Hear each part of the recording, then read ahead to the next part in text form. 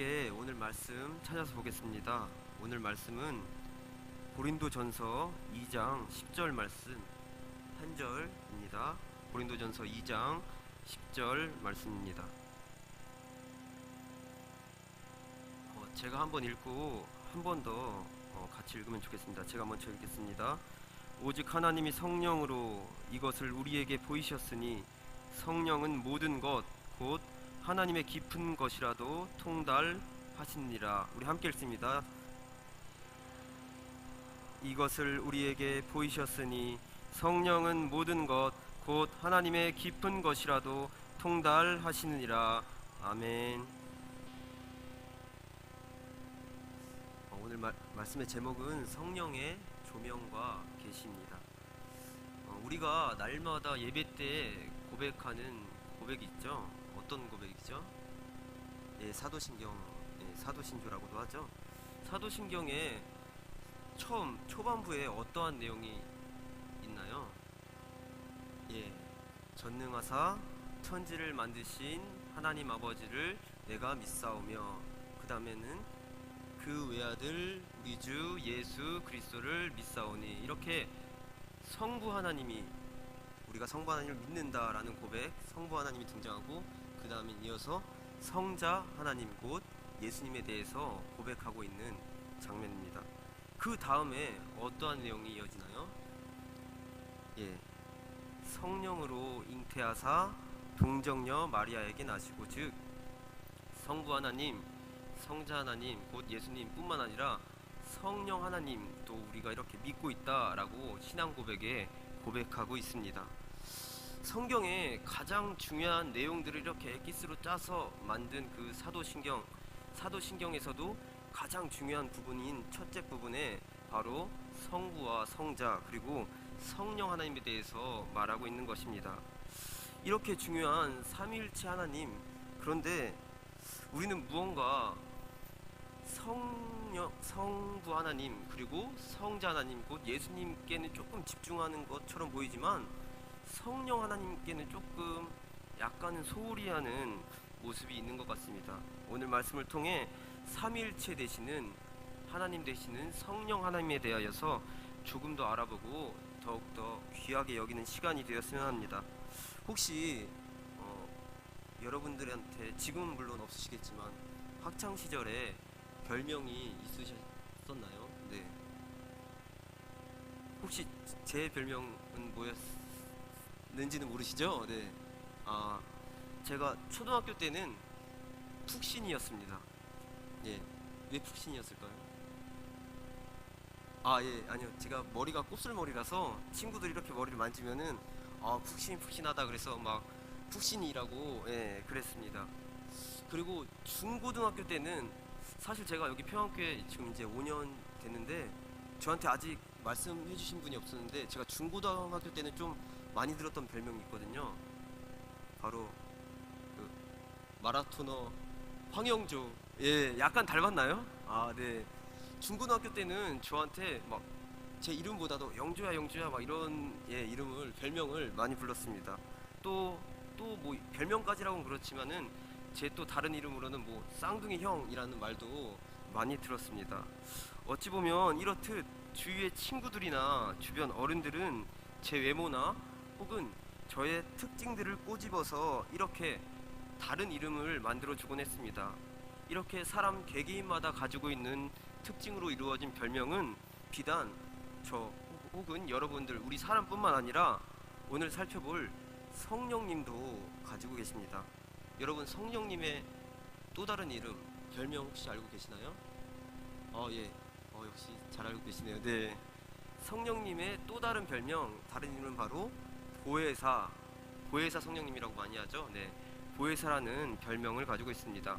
사실 이 보혜사라는 별명은 성령님부터 먼저 시작된 것이 아니고, 이제 말씀을 보면 아실 텐데 예수님부터 원래 먼저 시작된 용어입니다. 보혜사 예수님이란 용어가 원래 먼저 시작됐는데, 그 이후에 또 다른 보혜사를 보내주겠다 해서 지금 성령님이 보혜사 성령님이라는 별명이 더 붙이게 된 것입니다. 여러분, 그 보혜사라는 뜻, 어떤 뜻을 가지고 있을까요? 원어로는 파라클레토스, 조금 어려운 말이긴 한데 내 옆에서 같이 계셔주시는 분이라는 이름을 가지고 있는데, 한자로는 살필보 은혜해, 즉 보살피며 은혜를 베푸시는 분이라는 뜻으로 해석해 볼 수가 있습니다. 보혜사라는 단어를 조금 더 심층적으로 살펴보면은 어떠한 단어가 있냐면, 바로 첫 번째는 변호자라는 뜻이 있습니다. 성령님이 어떠한 특징이 있길래 왜 변호자라는 보혜사랑을 별명을 가지셨을까요? 바로 우리가 예수 그리스도로부터 구원받은 자녀다라는 것을 변호하는 자로서 성령님이 보혜사, 즉 이렇게 우리를 살피시는 뜻으로 변호사라는 단어를 가지고 계십니다. 또한 다른 뜻으로는 보혜사 여러 가지 뜻이 있는데 조력자라는 뜻도 가지고 계십니다. 우리가 힘들거나 어려운 일, 낭망했을 때 우리 옆에서 친히 오셔서 살며시 오셔서 도와주시는 조력자라는 뜻도 보혜사는 가지고 있습니다. 그 밖에 또 우리의 옆에서 위로해 주시는 분, 또 우리와 함께 하셔서 우리의 친구 되어 주시는 분, 또 상담해 주시는 분, 여러 가지 뜻을 이 보혜사라는 단어가 함축하고 있습니다.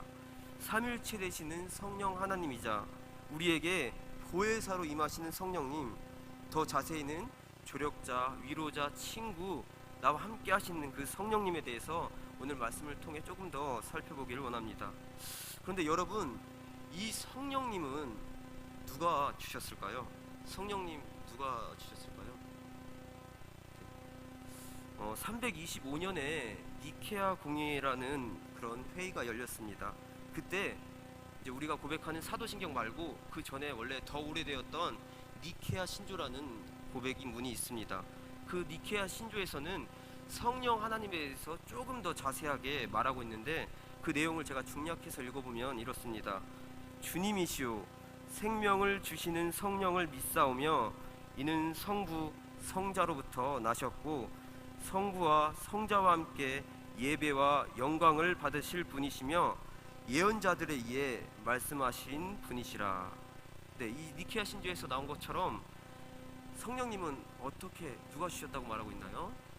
성부 하나님과 성자 예수님으로부터 나셨다, 그분들로부터 주셨다라고 말하고 있습니다. 성부 하나님으로부터 성자 예수님으로부터 나셨다라는 말이 사실 우리가 쉽게 이해하기는 어려운 말이지만 오늘 한번 성경을 통해서 조금 더 한번 보길 원합니다. 사도행전 1장 4절에 이렇게 말합니다. 사도행전 1장 4절, 제가 읽어보겠습니다. 사도와 같이 모이사 저희에게 분부하여 가라사대 예루살렘을 떠나지 말고 내게 들은 바 아버지의 약속하신 것을 기다리라. 지금 이제 예수님께서 하신 말씀인데, 예수님께서 지금 아버지의 약속하신 것을 기다리라고 제자들에게 말하고 있는 상황입니다.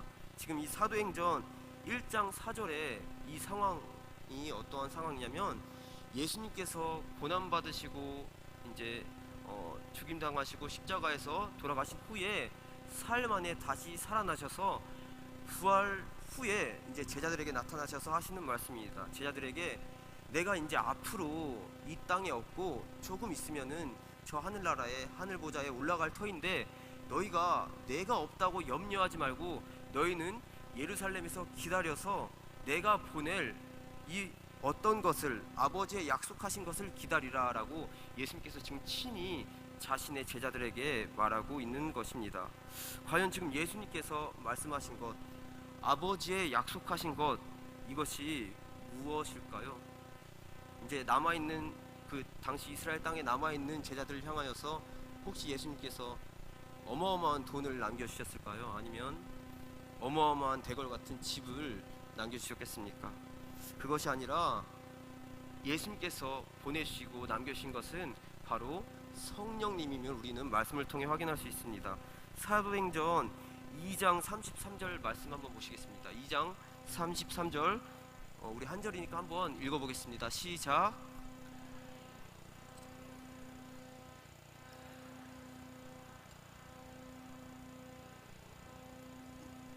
주선느니라. 아멘. 예수님께서 말씀하신 아버지의 약속하신 것은 그 2장의 말씀에 보시면 아버지의 약속하신 것, 곧 약속하신 성령이라고 나오고 있습니다. 그러니까 니케아 신조에서 아까 살펴봤듯이 성부로부터 또한 성자로부터 나셨다라는 말은 바로 성자 예수님의 이름으로 성부 하나님을 통해서 성령님이 임하셨다라고 우리는 기억할 수가 있는 것입니다. 이 이유로 성자 예수님을 통하여서 당시 제자들은 물론이거니와 오늘날 저와 여러분 우리 성도들에게도 이 성령이 임하였다는 것을 확인해 볼 수 있습니다.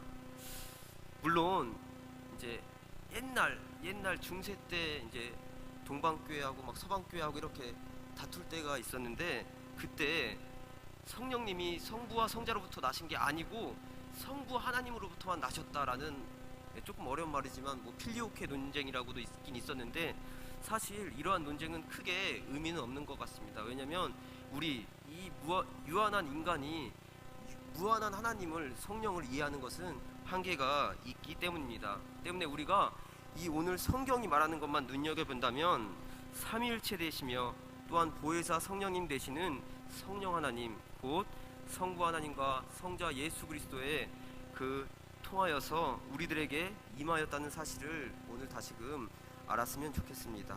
그리하여서 오늘 말씀을 통해 우리가 먼저는 우리들에게 한없는 은혜로 임하신 이 보혜사 성령님에 대하여서 감사함이 있어야 함을 오늘 말씀을 통해 처음 살펴보면 좋겠습니다. 우리가 말씀을 더 살펴보진 못했지만 말씀의 다른 곳에서는 이 성령님이 곧 너희에게 또한 오늘날 믿는 우리들에게 주시는 특별한 선물이라고 하셨습니다. 세상 누구도 줄 수 없는 선물, 곧 성령님을 우리가 받았음을 오늘 다시 한번 감사하면서 고백하면 좋겠습니다. 그렇다면 이쯤에서 다시금 제가 여러분들에게 묻고 싶습니다. 여러분은 성령님을 받으셨나요? 예, 아멘이시죠? 네, 성령님 받으셨죠?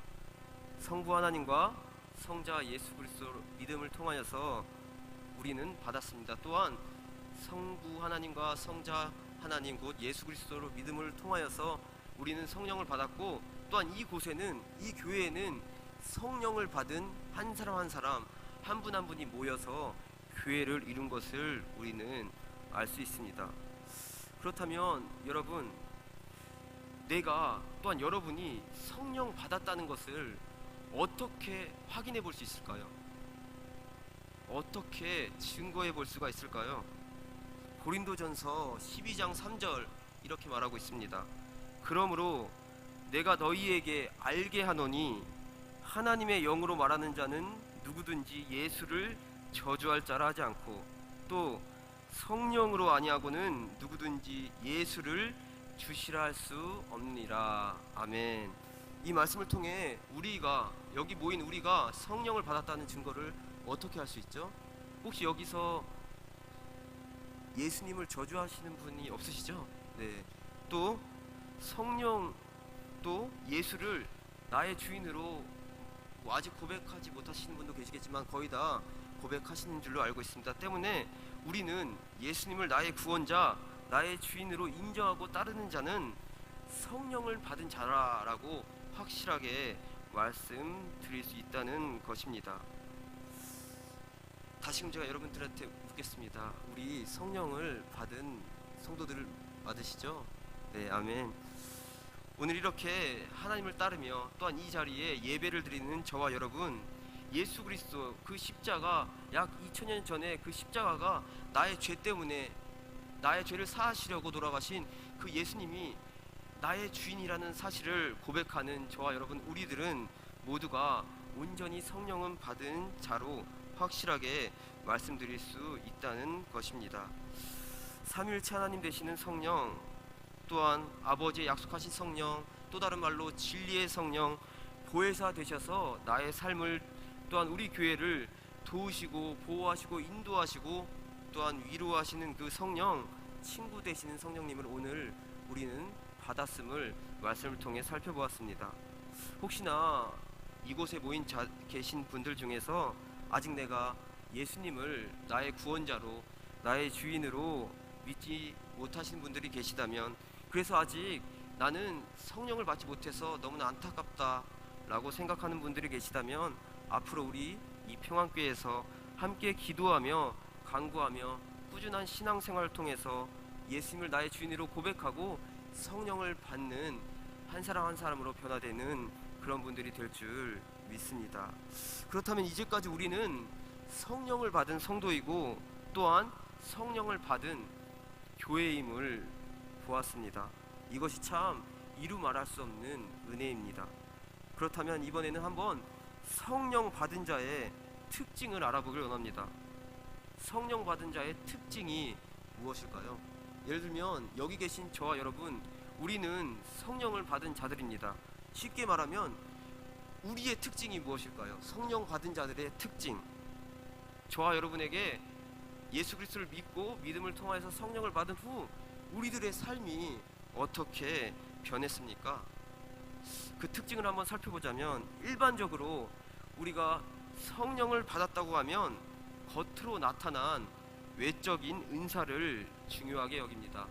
예를 들면 방언이나 또한 방언을 통역하는 예언 같은 신비한 은사들을 통하여서 저 사람 성령 받았구나, 저 사람 성령이 충만하구나 라고 보통은 얘기들 합니다. 특별히 우리 장로교는 그런 경향이 없지만 순복음에서는 그런 외적인 예언과 방언을 중요시하는 모습들이 있습니다. 그것을 통하여서 그 사람이 성령 받은 자임을 확인하는 그러한 모습들이 있습니다. 이러한 것은 사실 성경에서도 그리 부인하고 있지는 않습니다. 사도행전 2장 1절에서 4절 보면 초대교회 성도들의 모습이 나옵니다. 호련히 하늘로부터 급하고 강한 바람 같은 소리가 있어 저희 앉은 온 집에 가득하며 불의 혀같이 갈라지는 것이 저희에게 보여 각 사람 위에 임하여 있더니 저희가 다 성령의 충만함을 받고 성령이 말하게 하심을 따라 다른 방언으로 말하기를 시작하니라. 아멘. 즉 이 말씀을 통해서도 성령 받았음을 그 증거가 바로 외적인 표현, 즉 방언과 예언으로 나오는 것을 우리는 살펴볼 수가 있습니다. 물론 성령 받았음을 증거하는 것으로서 방언 또한 그 방언을 통역하는 예언 받는 것은 중요합니다. 저는 확실히 모르지만 우리 교회 안에도 방언과 또한 그 방언을 통역하는 예언을 받은 성도님들이 아마 몇 분은 계실 줄 압니다. 진실로 그분들은 하나님의 좀 또 다른 은혜를 받으신 분들인 것 같습니다. 그런데 성경은 성령을 받았음을, 성령이 임하였음을 단지 방언과 예언으로만 확증된다고 표현된다고 말하고 있지는 않습니다. 바로 저와 여러분들 우리들의 삶의 변화, 다른 영어로 거듭남을 통하여서 그 증거, 성령 받은 자로서 내 모습을 나타내고 있습니다. 사도행전 2장 44절에서 47절에 여기서도 초대교회 성도들의 모습이 나오는데 제가 한번 읽겠습니다.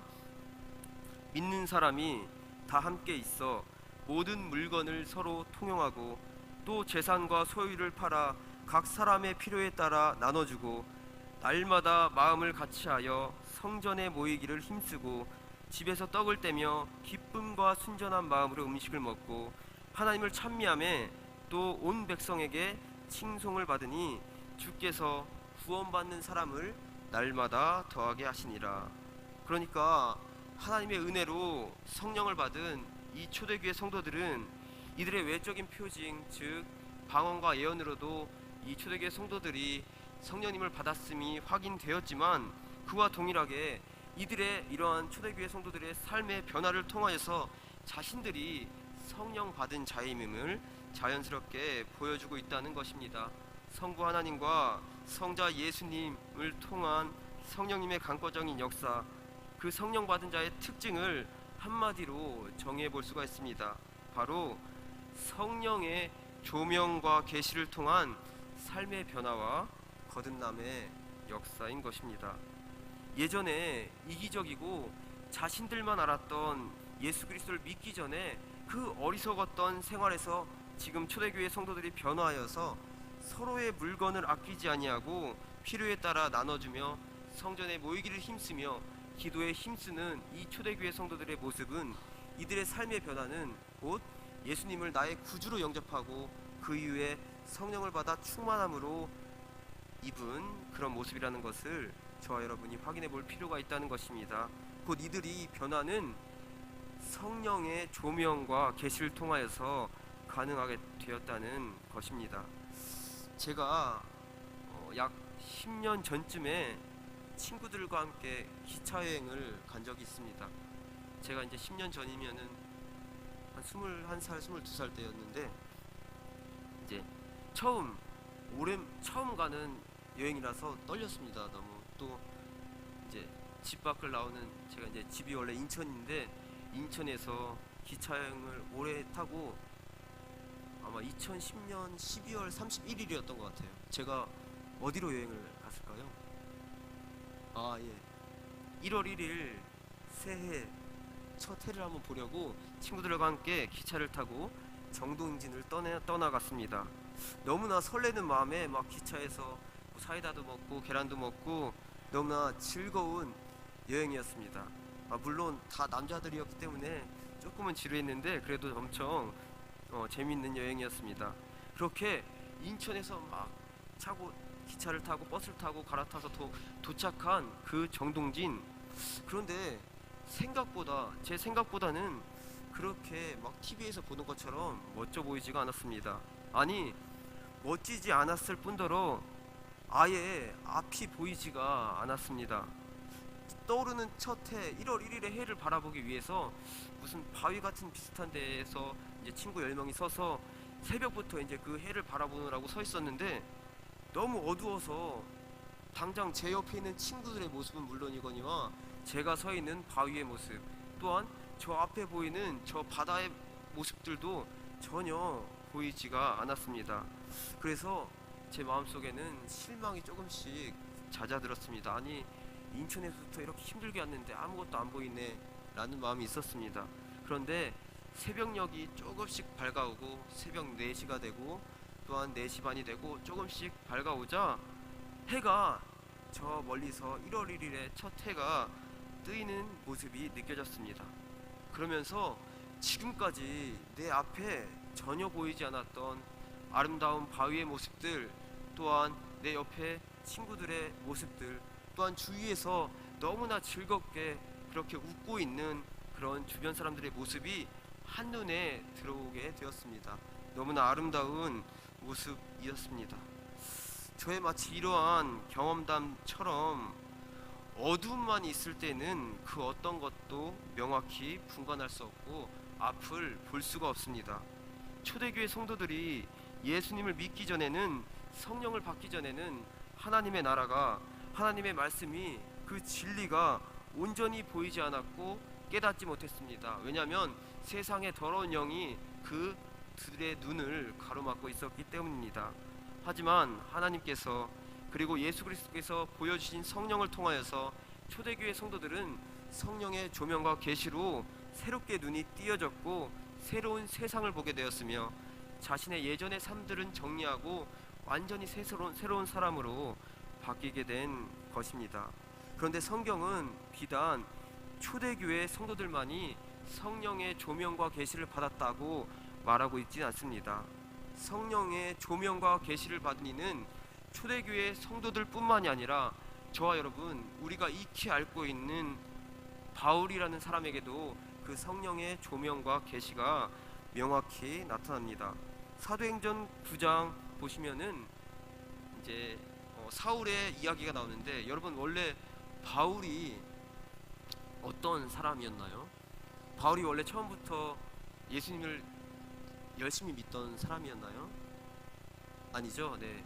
바울은 아주 그 유대교의 심취한 자로서 예수님을 믿고 따르는 자가 아니라 오히려 그 반대로 예수님을 믿는다라는 사람들만 눈에 보이면 쫓아가서 잡아 패고 죽이고, 그런데 앞장섰던 가장 우두머리에 있던 사람이 바로 바울이었습니다. 그런데 바울이 한순간에 변화되는 계기가 있었습니다.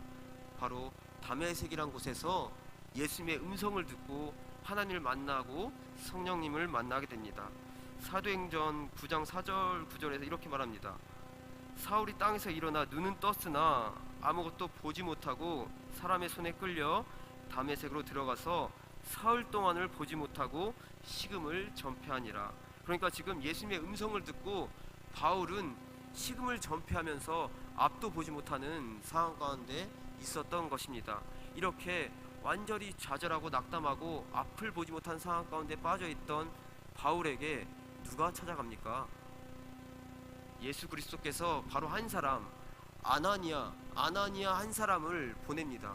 그리하여서 아나니아가 직접 바울의 집에 찾아가서 바울에게 안수 곧 성령을 주는 그러한 모습을 보고 있습니다. 사도행전 9장 17절 18절 그리고 20절 말씀, 한번 우리가 사도행전 9장 17절 18절 20절 말씀 한번 함께 읽으면 좋겠습니다. 읽겠습니다. 시작. 아나니아가 떠나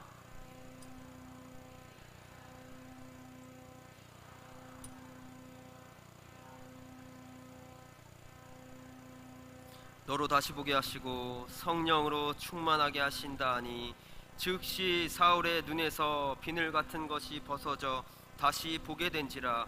일어나 세례를 받고 즉시로 각 회당에서 예수의 하나님의 아들이심을 전파하니. 아멘.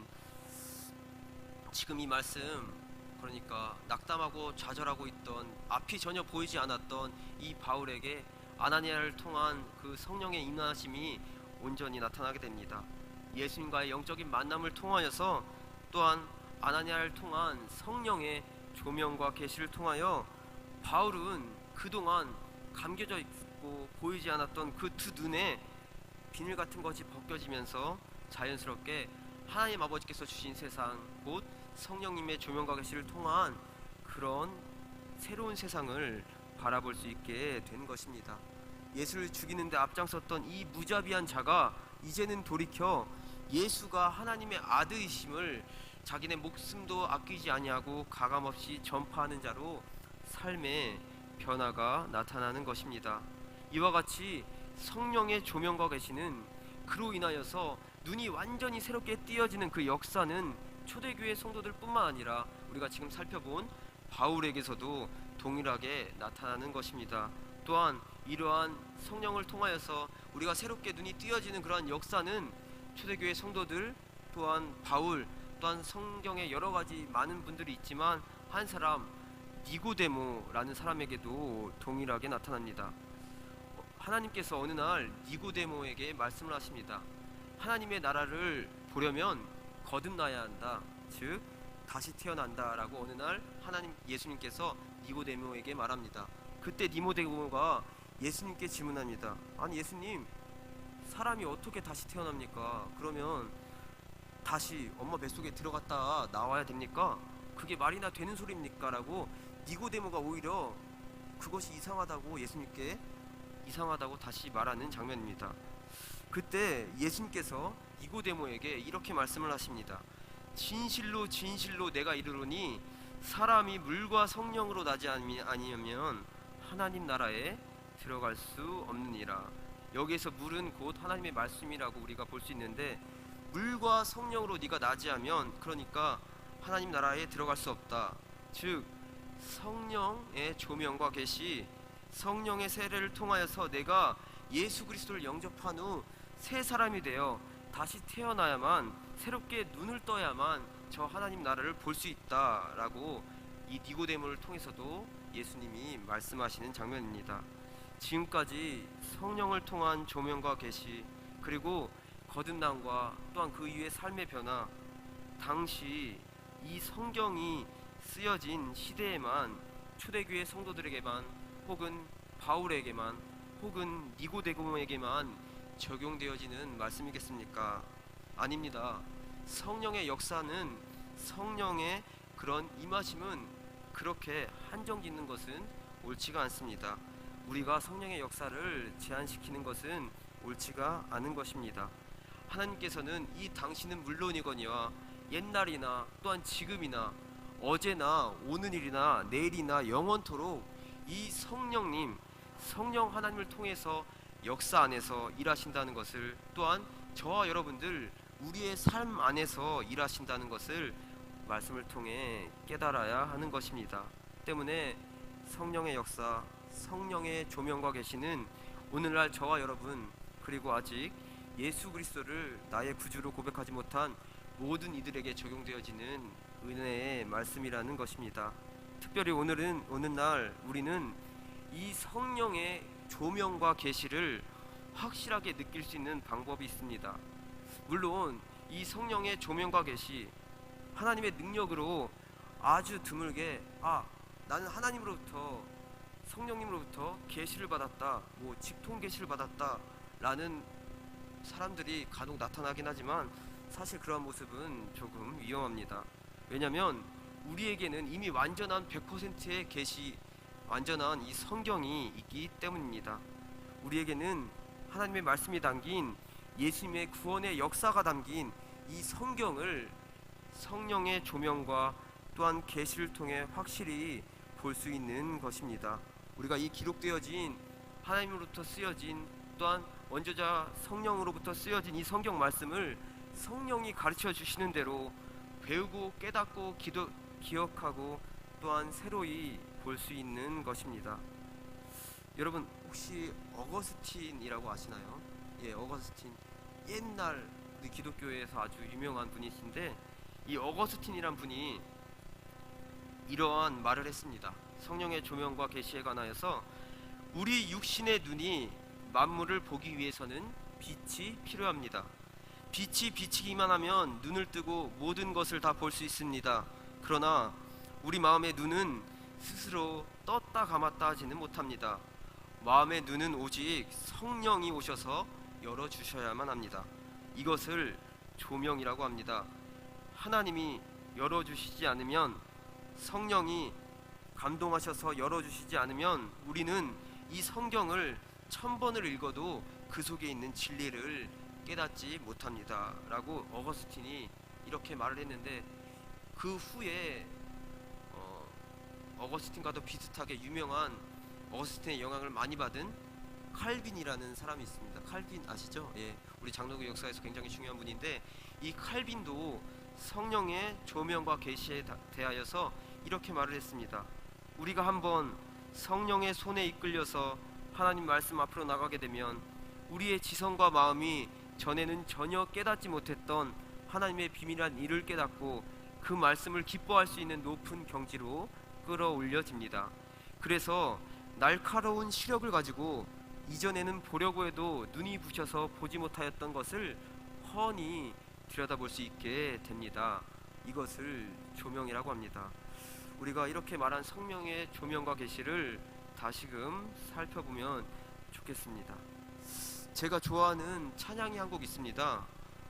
어게인 1907 부흥이여 다시 오라라는 찬양인데 혹시 아시는 분 계시나요? 예, 지금은 이제 1907년에서 100주년이 지났는데 한창 이 100주년 때에 흘러들었던 노래입니다. 그 가사의 그 찬양의 내용은 이렇습니다. 100년 전 이 땅 위에 진정한 회개가 있었을 때 주의 교회는 빛이 되기 시작하였네. 흑암이 이 민족을 멸망의 끝으로 몰아갈 때 주의 백성은 깨어 있었네. 이 나라의 진정한 파수꾼 주님의 백성들아, 우리 삶을 주 앞에 불태우며 다시 한번 모두 함께 일어나자라는 가사 말입니다. 이 가사의 배경이 무엇입니까? 바로 1907년도 평양 대부흥 운동이 이 가사의 배경입니다. 1907년도 평양 대부흥 운동 간략히 설명드리자면 1907년 1월 6일부터 약 10일간 평양에 있는 평양 장대영 교회를 중심으로 일어난 신앙 부흥 운동입니다. 이는 한국 교회의 오순절로도 평가되기도 합니다. 선교사들의 성경 번역이 그 부흥 운동의 토대가 되었고, 1890년 서울에서 언더우드 선교사가 시작한 사경회와 1905년 평양 장대영 교회에서 길선주 목사님, 박시록 장로님에 의해서 시작된 새벽 기도회가 이 부흥 운동의 원동력이 되었다고 혹자는 말하기도 합니다. 즉, 이 평양 대북 운동의 원인과 결과를 정리해서 보자면, 첫째로 이 성경 말씀을 공부하는 사경회 가운데 일어났다. 둘째는 성령의 임재와 함께 철저한 회개가 뒤따랐다. 셋째는 그 부흥의 결과로 한국 교회에 끊임없는 도덕적 갱신이 일어났다라는 것이 원인과 결과입니다. 이렇듯 철저한 회개를 이룬 평양 대부흥운동은 또한 한국교회의 오순절로 평가되는 이 대부흥운동은 요한복음에 성령께서 하시는 일 때문에 나타난 형상이라고 강력하게 말씀드릴 수가 있을 것 같습니다. 요한복음 16장 8절에서 이렇게 말합니다.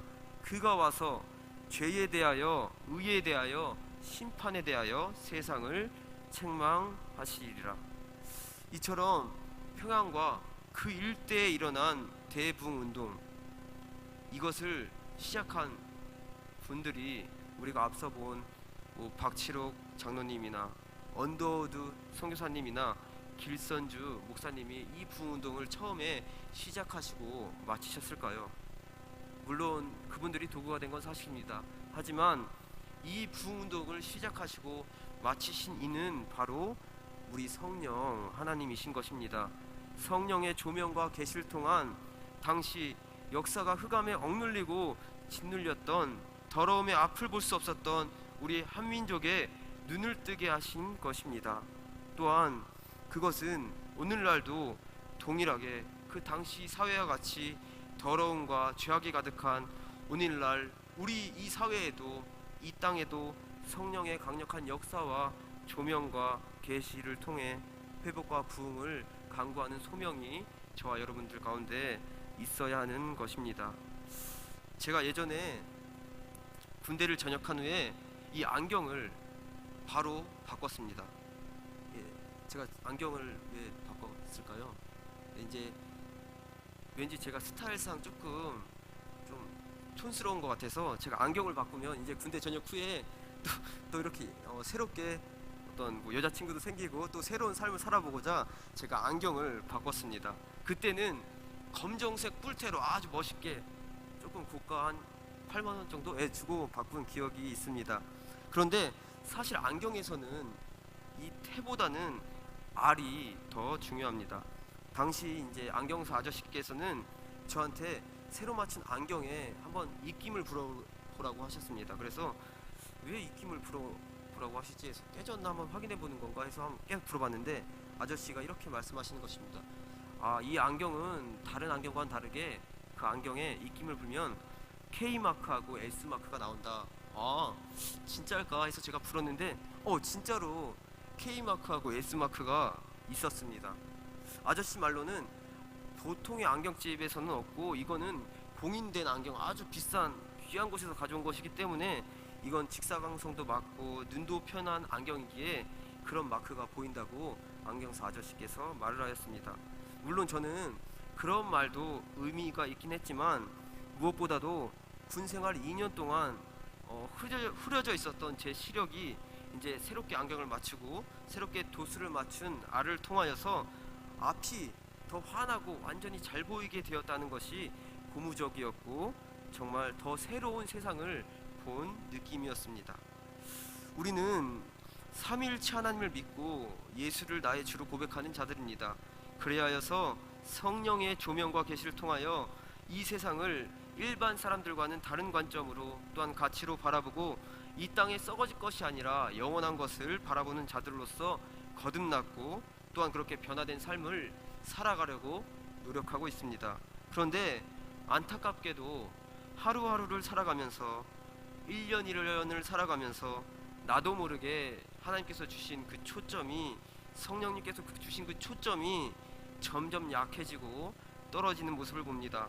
분명 예수님을 나의 주인으로 고백하는 순간 하나님께서 주신 안경을 통하여서 성령의 계시와 조명을 통하여서 그 창을 통하여 이 세상에서는 느낄 수 없는 새로운 세상을, 깨끗한 세상을 경험하고 느꼈는데 그럼에도 불구하고 점점 세상의 죄악과 더러운 찌든 때로 인하여서 나의 초점이 희미해지는 것을 느낍니다.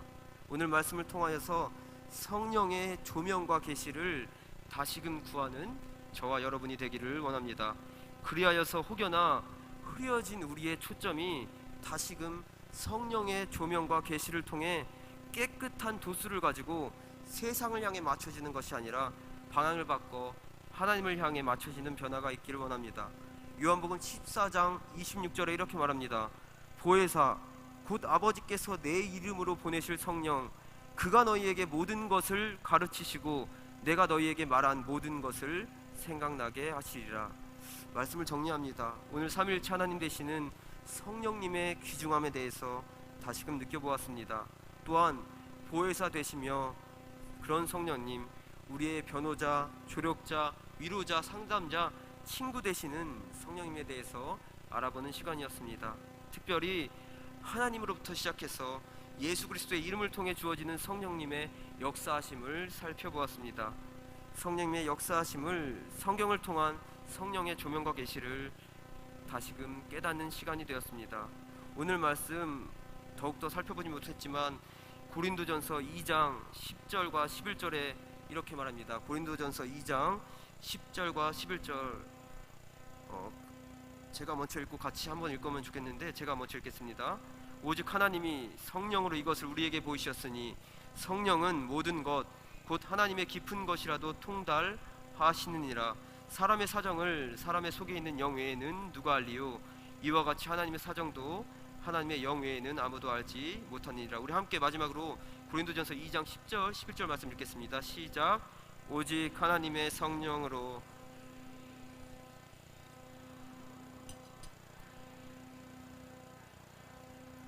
사람의 사정을 사람의 속에 있는 영 외에는 누가 알리요?